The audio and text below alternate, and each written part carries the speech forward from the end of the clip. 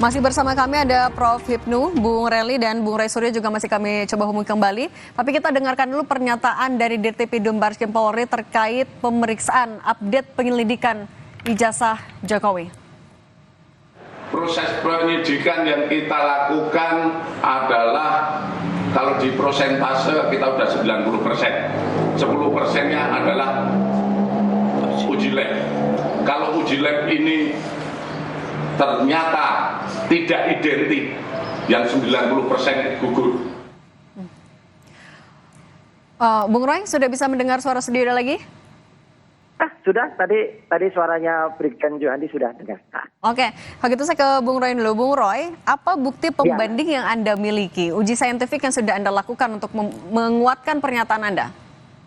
Oke, jadi begini, kita tetap apresiasi ya dengan tindakan dari Puslap 4, Mabes Polri, itu harus kita apresiasi. Tapi jangan lupa, tadi benar apa kata Prof. Hipnu, bahwa perlu uji pembanding. Seperti misalnya dalam kasus terbunuhnya Brigadir Yosua. Itu kan juga ada di perban. Jadi kalau kuasa hukum korban misalnya tidak yakin atau kurang ingin memastikan, maka waktu itu dilakukan uji pembanding. Uji pembandingnya adalah kami sudah punya hasil uji misalnya forensik terhadap skripsi yang untuk menjadi bahan terbitnya ijazah. Jadi bisa saja ijazah itu terbit dari antah berantah dari mana saja, tapi tidak mungkin ijazah itu bisa terbit kalau tidak melalui proses yang namanya skripsi.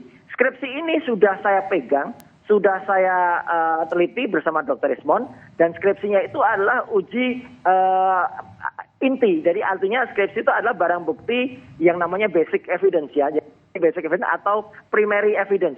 Karena itu diserahkan oleh dua wakil rektor dan kemudian diserahkan secara resmi di ruang Fakultas Kehutanan, ruang 109, dan diperiksa ketika kita sama-sama melihat. Dan kemudian hasil analisisnya saya sampaikan. Ini analoginya sederhana Mbak Cindy dan pemirsa Kompas TV, juga Prof. Hipnu dan juga teman Jerry ya, bahwa yang namanya telur, ibaratnya telur, kalau telurnya sendiri busuk ya, ibaratnya skripsinya busuk, itu tidak mungkin ada hasil ijazah yang sehat. Jadi kalau telurnya busuk, ayamnya nggak mungkin sehat. Tapi kalau telurnya baik, telurnya sehat, bisa jadi ayam yang sehat, tapi bisa jadi ayam yang busuk. Jadi sekali lagi, nggak apa-apa, nanti kita setatarkan, kita sejajarkan. Kalau perlu ijazahnya yang disebut nanti sudah diuji, itu kita bandingkan juga, kita uji juga. Karena kami memiliki perangkat yang memudahkan untuk itu. Dan dua-duanya nanti silakan diperiksa hakim. Silakan nanti Prof. Hipnu yang juga tadi sudah menyampaikan statementnya, saya setuju sekali. Jadi untuk dicapai kesepakatan secara forensik, kesepakatan secara ilmiah. Begitu Mbak Cindy. Kalau Bung Rely, melihat dari bukti yang sudah dimiliki oleh Bung Ray Suryo, Anda bagaimana menanggapinya? Ya kalau kita apa yang sudah dilakukan oleh penegak hukum itu sudah betul. Justru kita ragukan kapasitasnya Roy Suryo ini. Saudara Roy Suryo ini kan menggaung-gaungkan keliling jagat seluruh media, kemana sampai ke UGM, menyatakan ijazah palsu. Yang harus kita pertanyakan saudara Roy Suryo ini, dapat dari mana, lihat di mana dia ijazah aslinya, dia bisa katakan itu palsu. Kapan dia lihat, kapan dia raba. Nah sekarang ini udah di penegak hukum sudah melakukan pemeriksaan terhadap saksi. Nah, dan kita juga sudah melaporkan. Nah, Pak Jokowi sendiri sudah melaporkan bahwa ini kalau memang betul ijazah aslinya pembanding, nah saudara Roy Suryo sendiri sudah lihat di mana dokumen aslinya mana. Nah, lapor yang akan diperiksa itu kan objeknya ijazah, bukan screen, bukan foto. Kalau Prof. Itu jadi kalau kita ya Gimana Bung Roy mendengar pernyataan dari Bung Rely? Iya nggak apa-apa. Oke, selama ini yang punya ijazah itu tidak berani mengeluarkan. Sampai saudara sendiri dapat dari mana ijazahnya? Jangan tidak. Mana? Anda jangan asal ngomong. Jangan asal ngomong kamu. Kalian kamu di mana?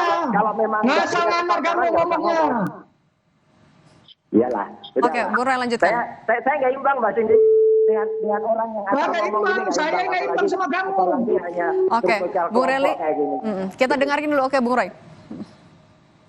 Iyalah, di mute dulu dia, asal ngomong dia. Jadi artinya gini, ya, Pengadilan Negeri Surakarta saja sudah minta ijazah itu dikeluarkan, nggak dikeluarkan. Nah sekarang, alhamdulillah, saya bersyukur Bareskrim bisa meminta ijazah dan kemarin sudah diantarkan oleh adiknya Iriana. Bagus. Jadi artinya ijazahnya kan sekarang ada. Dengan ijazah yang ada, kita lagi periksa bersama. Kalau kemarin saya periksa, itu adalah bukti dari ijazah yang konon dikatakan asli oleh salah seorang kader yang namanya PSI, yang namanya Andi Sandi itu. Nah itu kalau itu ternyata dikatakan palsu dan nanti ternyata itu memang palsu, justru Sandilah yang harusnya kena pasal 35 dan pasal 32 Undang-Undang ITE. Itu karena Sandi, Anda beralibi berlindung di belakang Sandi. Anda sudah beralibi. Kehutanan gitu loh. Jadi kita semua berdasarkan bukti kok, nggak berdasarkan omong-omong, berdasarkan unggahannya Oke. si orang-orang nggak jelas kayak gini. Oke, Bung Rely kita tahan dulu. Kita itu nggak jelas. Oke, Bung Rely tahan dulu. Kita tanya dulu Prof Hipnu. Prof Hipnu, tapi kalau dalam mengecek keaslian dari sebuah ijazah, apakah skripsi sebenarnya adalah bukti yang kuat nanti di persidangan? Iya, sekarang objek yang diperiksa itu ijazah atau skripsi. Kalau ijazah ya ijazah, gitu kan.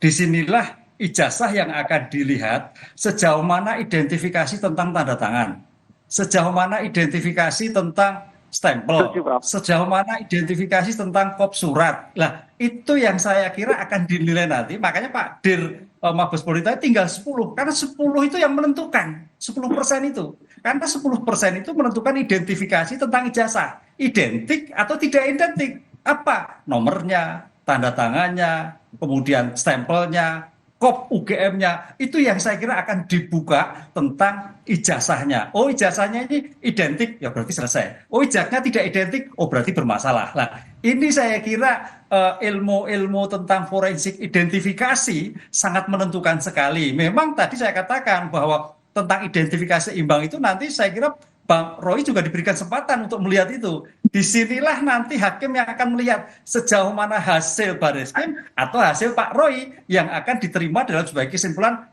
identik atau tidak identik. Itu yang nanti menjadi ramai. Sepakat. Oke, Bung Roy, tapi kalau selain skripsi Anda punya amunisi lagi?